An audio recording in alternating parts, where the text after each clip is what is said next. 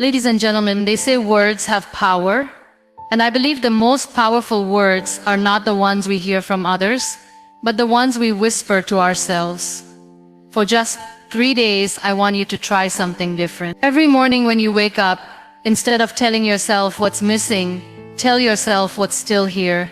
Say to yourself, I am alive, I am capable, I am enough. Do this for 3 days, and watch how your heart begins to feel lighter. When you open your eyes in the morning, the very first words you speak to yourself set the tone for the entire day. Too often, people wake up and immediately remember what is missing in their lives, what went wrong yesterday, or what could go wrong today. That habit of starting the day with worry or regret drains your energy before you even begin. But imagine if, instead, you took just a few moments to say words that lift you up. Imagine starting with a whisper to yourself, I am alive, I am capable, I am enough. These words are not just sentences, they are seeds, and when you plant them into your mind each morning, you give your heart permission to grow in the right direction.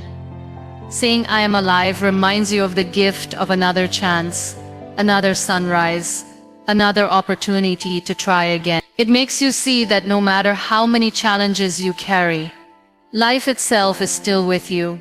And that means hope is still with you. When you tell yourself, I am capable, you are reminding your mind that even though yesterday may have been difficult, you still carry the strength to face what comes today. Capability is not about being perfect, it is about being willing to keep moving, willing to learn, willing to try. Every human being has this quiet strength inside, but it only comes to the surface when we acknowledge it. And when you start your day with that acknowledgement, you face your tasks with a different kind of courage. You stop shrinking in front of the weight of responsibilities and begin to walk into them with steady steps.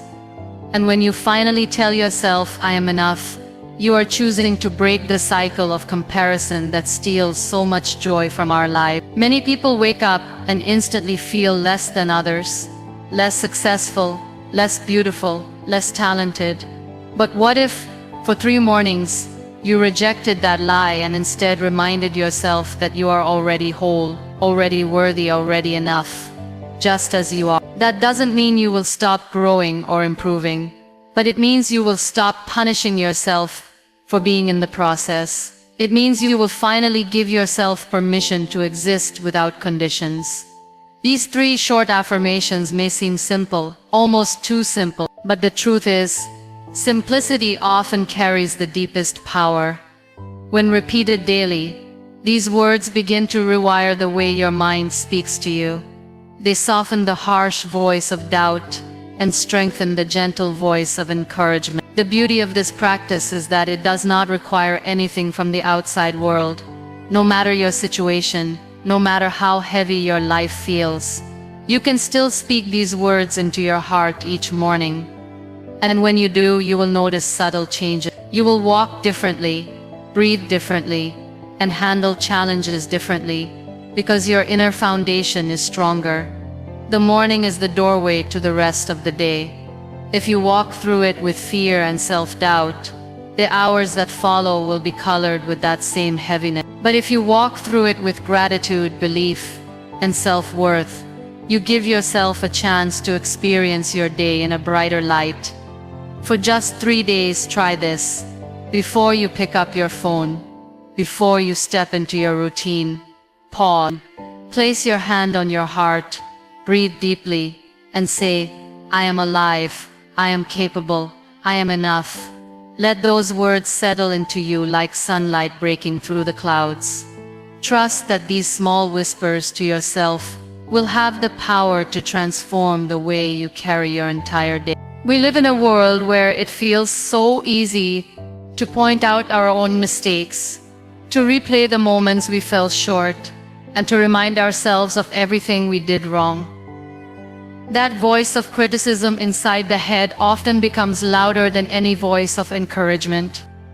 And over time, it chips away at confidence, leaving a person believing they are never good enough. But what would happen if, For just 3 days, you chose to speak to yourself differently.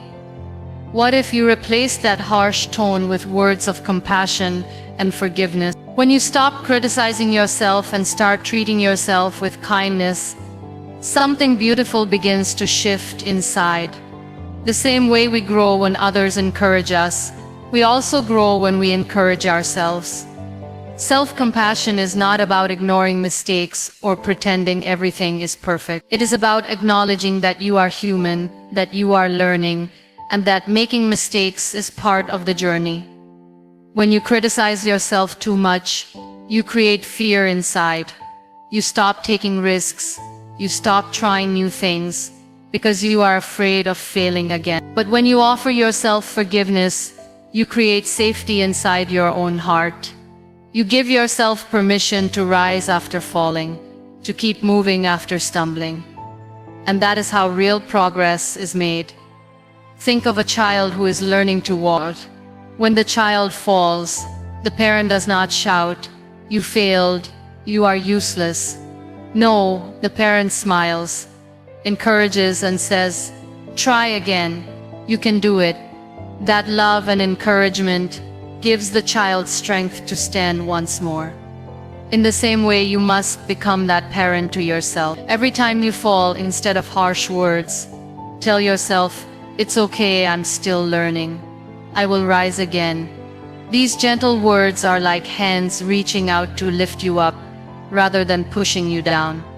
Forgiving yourself is also an act of freedom. Many people are trapped, not because of what others did to them, but because of what they continue to do to themselves. They replay their failures in their minds every day, keeping the wound fresh.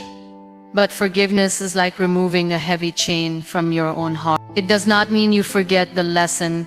It means you refuse to punish yourself endlessly. And when you choose compassion over criticism, you allow healing to take place. For just 3 days, try practicing this every time you notice your inner voice turning cruel. When you catch yourself saying, "I am so stupid, I always mess up," stop, take a deep breath, and change it.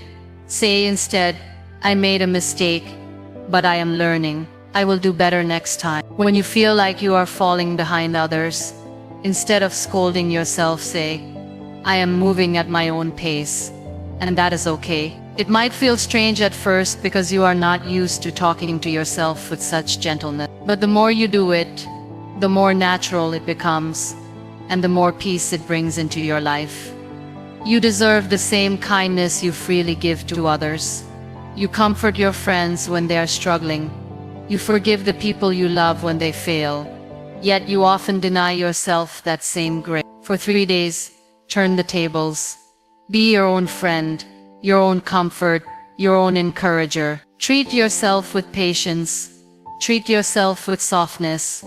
You will notice that your energy changes, your confidence grows, and your heart feels light. Because when the harsh voice of self-criticism is replaced with the gentle voice of compassion, you begin to see yourself not as a failure, but as someone worthy of love, growth, and second chance. Every single day is filled with small victories that often go unnoticed. We are so quick to magnify the big achievements of life, graduations, promotions, awards, that we forget the importance of the little steps that carried us there. Acknowledging one small win every single day may seem insignificant, but it has the power to transform how you see yourself.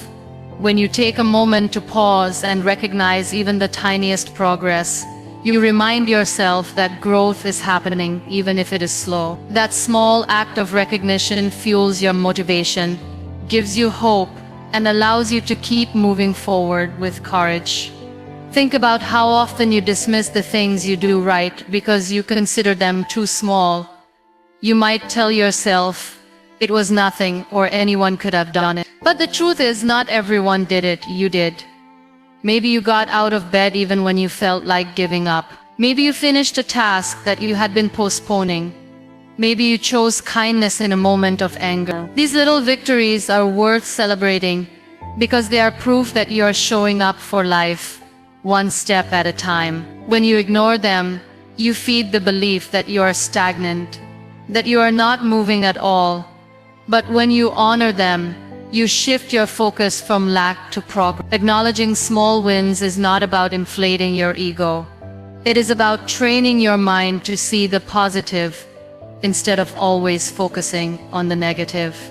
The human brain has a tendency to hold on to failures more strongly than successes, and that is why self-doubt grows so quickly. But when you consciously notice the little things you're doing right, you balance that tendency.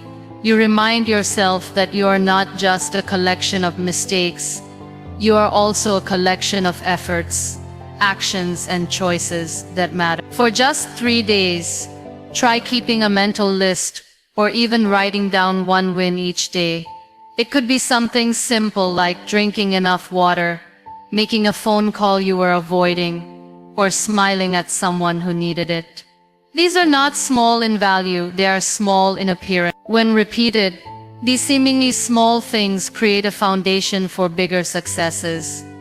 It is like laying one brick at a time until one day you realize you have built a strong wall. If you never appreciate the brick, you will never see the wall. There is also another beautiful effect of acknowledging small wins.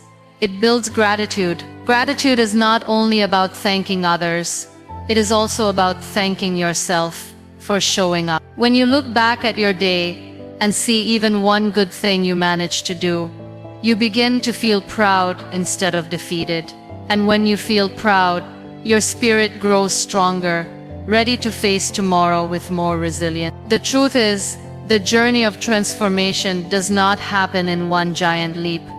It happens in tiny steps, in daily choices, in little acts that may seem invisible to the world, but are deeply powerful for you. The strength to keep going does not come from waiting for one big moment of success. It comes from realizing that you are already succeeding in small ways each day. For 3 days, practice this awareness. Acknowledge the small wins, no matter how minor they look, because those little wins are like sparks. And when you gather enough sparks, they create the fire that lights up your entire. Perfection is a trap that keeps so many people from living fully. It whispers that unless everything is flawless, it is worthless. It convinces you that if you make a mistake, you are a failure. And if you are not the best, you are nothing at all. That kind of thinking steals joy, kills creativity, and makes life feel like a constant competition. But when you remind yourself that growth is more important than perfection, you free yourself from that heavy burden. Growth is about progress, not flawless performance. It is about becoming a little better today than you were yesterday, even if the change is small. When you focus on growth, every mistake becomes a lesson instead of a judgment. Falling short is no longer the end. It becomes part of the process. Perfection says you must never fall, but growth says each fall teaches you how to rise stronger. And rising stronger is what truly transforms you. No one in this world has reached success without stumbling many times along the way. The difference between those who keep moving and those who stay stuck is not perfection, it is the willingness to grow. Think about how a seed turns into a tree. It does not sprout fully formed in one day. It goes through stages: tiny sprout, fragile stem, small branches, before it becomes strong and tall. At every stage it is not perfect, but it is growing, and that growth is enough. In the same way, you are allowed to be in process. You are allowed to be unfinished, imperfect, and still becoming. What matters is that you are moving forward, even if it is only a step at a time. When you let go of perfection, you also let go of the fear of trying. Many people do not begin because they worry they cannot do it perfectly. They never write, never speak, never create, never chase their dreams, because they are waiting for the moment when everything feels just right. But that moment never comes. Growth happens in the middle of the mess, in the middle of imperfection, in the middle of effort that feels clumsy. If you wait for perfect conditions, you will wait forever. But if you choose growth, you can start where you are, with what you have, and improve along the way. Reminding yourself daily that growth is the true goal changes the way you see yourself. Instead of asking, "Did I do it perfectly?" you begin asking, "Did I learn something today?" That question opens your heart to celebrate progress rather than punish yourself for imperfection. It allows you to look at your journey with patience instead of frustration. And that patience is what gives you the strength to keep moving forward. For 3 days, practice this mindset intentionally. When you find yourself obsessing over doing something perfectly, pause and say, "Growth matters more." If your work is not flawless, tell yourself, "This is a step, and every step counts." If you fail at something, remind yourself, "This is not the end. This is part of my growth." The more you repeat these truths, the more they will sink into your heart, and the less control perfection will have over you. Life was never meant to be perfect. It was meant to be lived, experienced, and learned from. Every challenge, every setback, every effort shapes you into someone stronger and wiser. Perfection does not build resilience, but growth does. Perfection does not teach patience, but growth does. Perfection does not lead to fulfillment, but growth does. And when you finally embrace growth as your true path, you will realize that being perfect was never the goal. Becoming your best self, step by step, was the goal all along. There is a hidden power in the moments when life slows us down, because those pauses often reveal truths we would have missed if everything had continued moving at full speed. Sometimes we see delays as denials, but many times they are simply divine detours meant to protect us from something we cannot yet see. When a door closes, we often stand in front of it, frustrated, questioning, and even angry. But what we forget is that some doors are shut to save us from walking into harm. A delay in our plans may actually be the alignment of a greater plan that has been set for us long before we even imagined it. In those waiting seasons, patience is not just about enduring time. It is about trusting that time itself is working for us.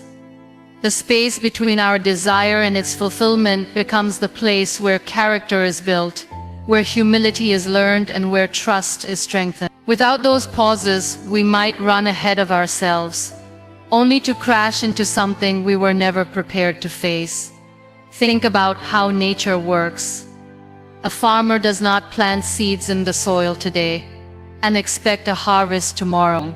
There is a season of waiting, of watering, of nurturing, and only then does growth become visible. During that hidden time, the seed is still working, still transforming, still preparing for its appointed moment.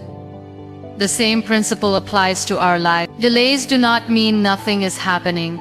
They mean something is happening underneath the surface that we cannot yet see. Growth is taking place in hidden places, preparing us for the fruit that will eventually appear. The person who learns to trust the unseen process becomes stronger because they are no longer shaken by the silence of waiting. They understand that silence does not mean absence. It means preparation. In these seasons, impatience is the greatest enemy. Impatience leads us to grasp for shortcuts, to force outcomes, to settle for less than what was intended for us. But patience gives us the strength to hold on, knowing that what is meant for us cannot be taken away. Patience is not passive, it is active trust. It is choosing to believe when every external sign seems to say otherwise. This kind of patience shapes the heart and mind in ways that comfort never could. Waiting stretches us, molds us, and teaches us that fulfillment is not found in instant gratification, but in the endurance of the journey. Every delay has the power to shape us into someone who can handle the very blessing we are waiting for. Often when we look back at our lives, we can see how certain delays were actually gifts. The job we did not get made space for the career we were truly called to pursue. The relationship that ended freed us for one that was built on deeper foundation. The opportunity that seemed lost only redirected us to something more aligned with who we are meant to become. What felt like disappointment in the moment was actually protection, redirection, or preparation. The perspective of hindsight often reveals that the waiting was never wasted, but was working all along to bring us into alignment with something greater. Delays also teach us gratitude. When something comes too easily or too quickly, it is easy to take it for granted. But when you have waited, prayed, sacrificed, and endured, the moment of fulfillment becomes far more precious. The blessing carries weight because it was not cheap. It was refined through the fire of patience. That gratitude makes us careful stewards of what we receive, and it reminds us that good things truly take time. What we gain after waiting is not just the fulfillment of a desire, but also the transformation of ourselves into someone who values, cherishes, and protects what has been given. In this way, the waiting season is not just about the destination, it is about the person we become along the way. There is a strange way in which life often works, because sometimes the very situations that appear as obstacles are the ones that end up shaping us into stronger and wiser individuals. When difficulties come, they rarely announce themselves politely. They arrive suddenly, uninvited, and often at the worst possible time. These moments test not only our strength, but also our patience, our faith, and our ability to hold on when everything inside us feels like letting go. The truth is that these challenges are not here to destroy us, but to refine us. Just like fire purifies gold, trials refine the soul. When a person passes through the fire of hardship, the unnecessary parts of their character, pride, fear, doubt, insecurity, are often burned away, leaving behind a clearer, stronger version of themselves. Pain often feels unbearable when we are in the middle of it, but once the storm clears, we realize that it has carved depth into us, giving us an understanding and wisdom we did not have before. Think of a seed buried deep under the soil. In the darkness, surrounded by pressure and weight, it begins to push upward toward the light. Without that dark, hidden place, the seed would never sprout, never become what it was meant to be. In the same way, the challenges we face are like the soil pressing against us, forcing us to grow stronger, to push higher, and to reach our potential. Many people want the fruit of growth, but are unwilling to endure the soil of struggle. Yet the soil is necessary, the darkness is necessary, the weight is necessary. Because it is in those hidden seasons that roots go deeper. Strong roots prepare us for greater heights, and those roots can only grow in seasons where everything feels uncertain and heavy. When we are going through trials, it is easy to ask, why me, why now? But perhaps the better question is, what is this teaching me? What strength am I discovering within myself that I did not know before? Struggles force us to discover resilience, determination, and inner strength that would have remained hidden if life had always been easy.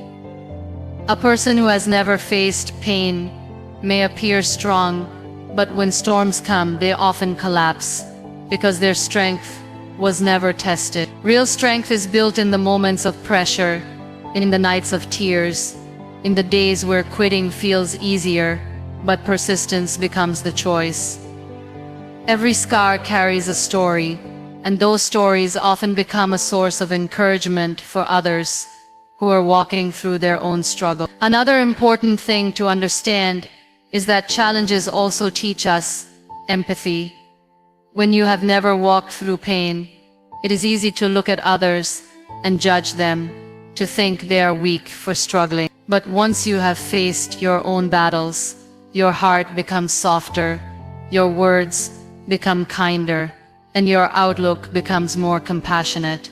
You realize that everyone is fighting something, even if you cannot see it. This empathy is a gift, because it allows you to connect with people at a deeper level.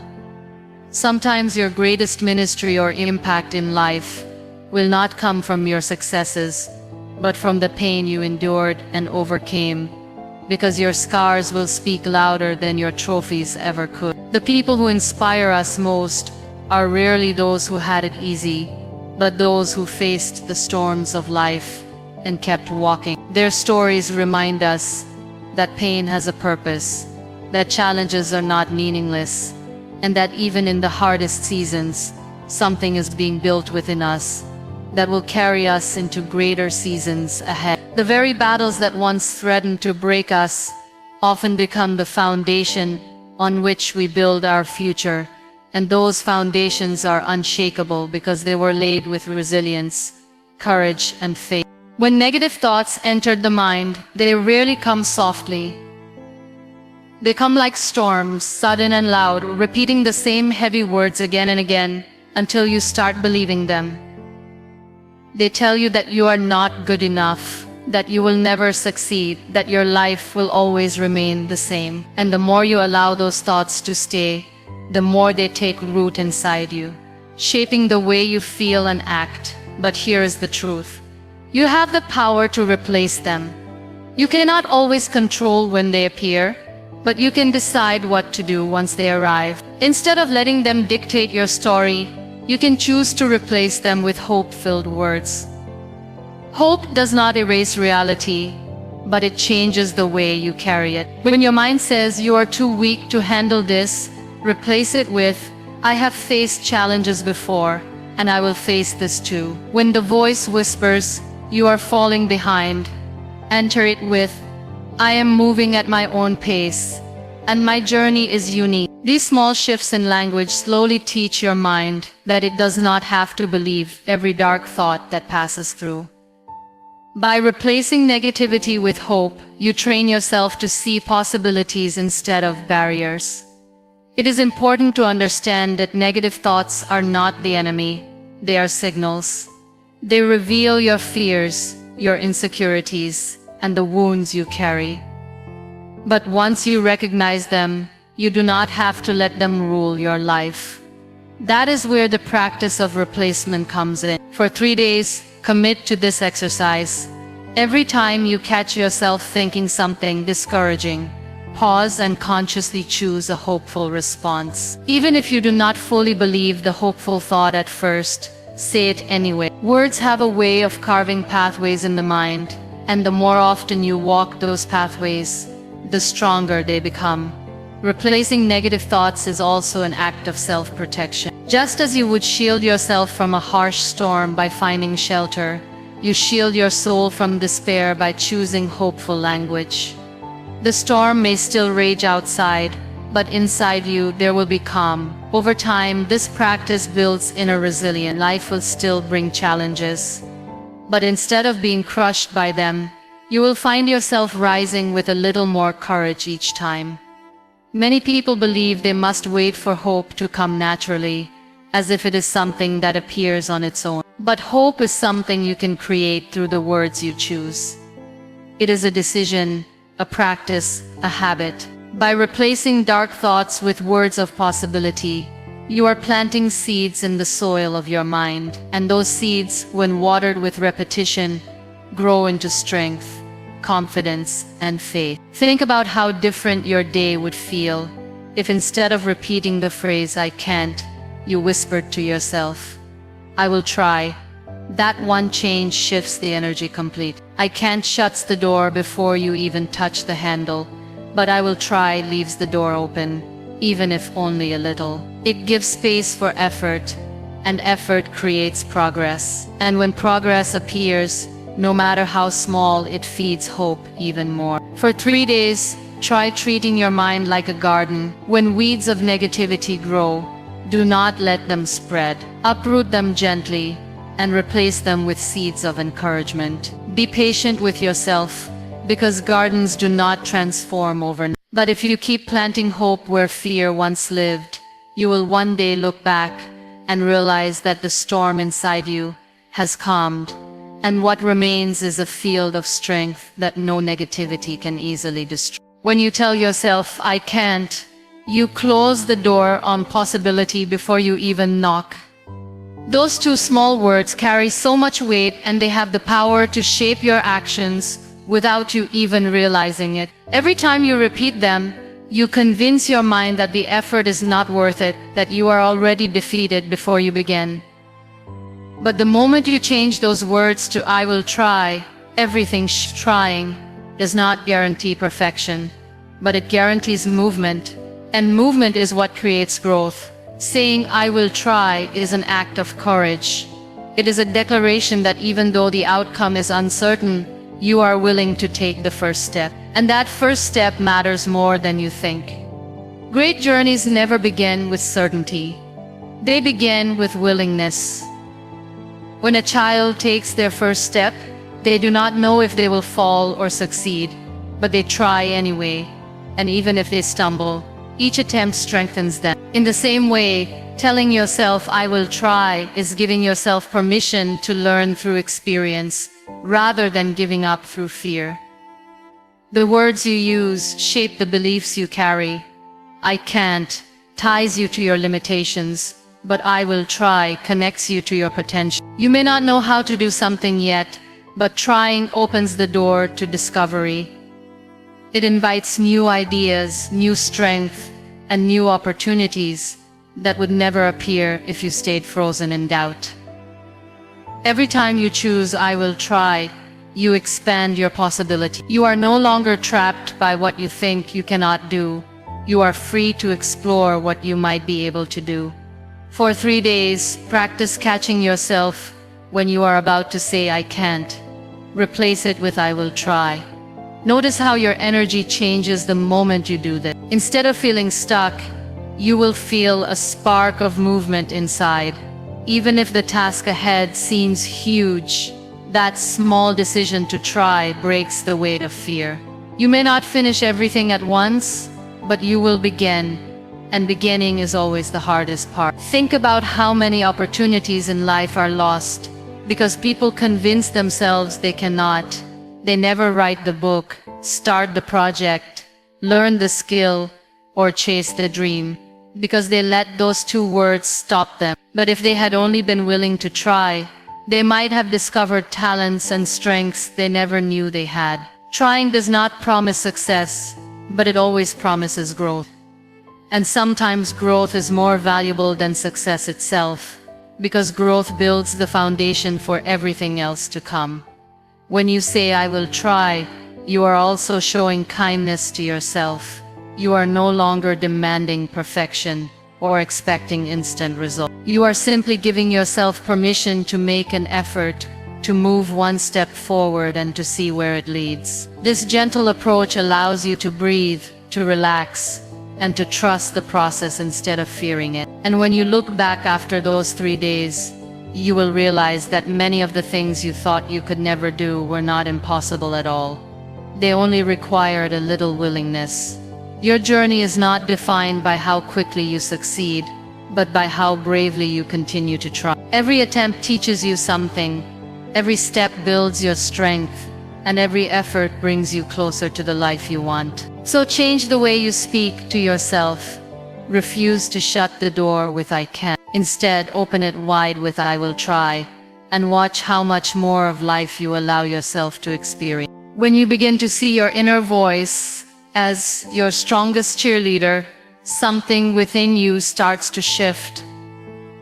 For most of us, the voice inside our head has been shaped by years of comparison, criticism, and self-doubt. We have been told by society, by circumstances, and sometimes even by people we love, that we are not enough, not capable, not worthy. Those words settle into our thoughts and eventually become the voice we carry everywhere with us. But the truth is that voice can be rewritten. It can be reshaped to become a source of encouragement rather than condemnation, of strength rather than fear. When you consciously decide to change the tone of how you speak to yourself, you discover that you don't need external validation. to keep moving forward, because your own inner words become the fuel that keeps you going. Imagine walking into a room where someone you trust looks at you with a smile and says, "I believe in you." Those words have the power to calm your nerves, ease your doubts, and give you the courage to step forward. Now imagine if those words came not from someone else, but from within yourself, every single day. Instead of waiting for encouragement from others, you carry it with you wherever you go.